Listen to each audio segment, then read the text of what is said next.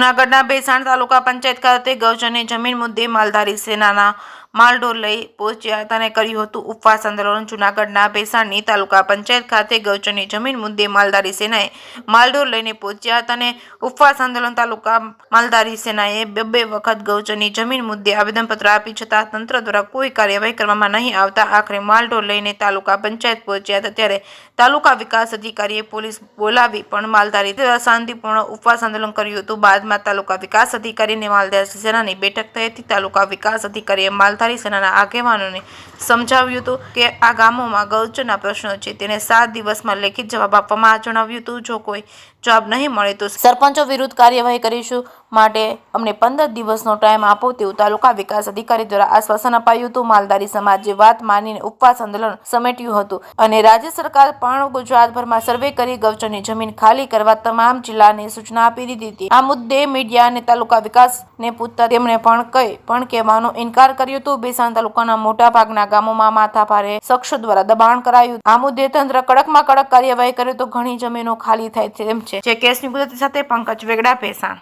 હા ભાઈ, તમારું નામ? મારું નામ વિજય ભરવાડ છે, માલધારી સેનામાંથી।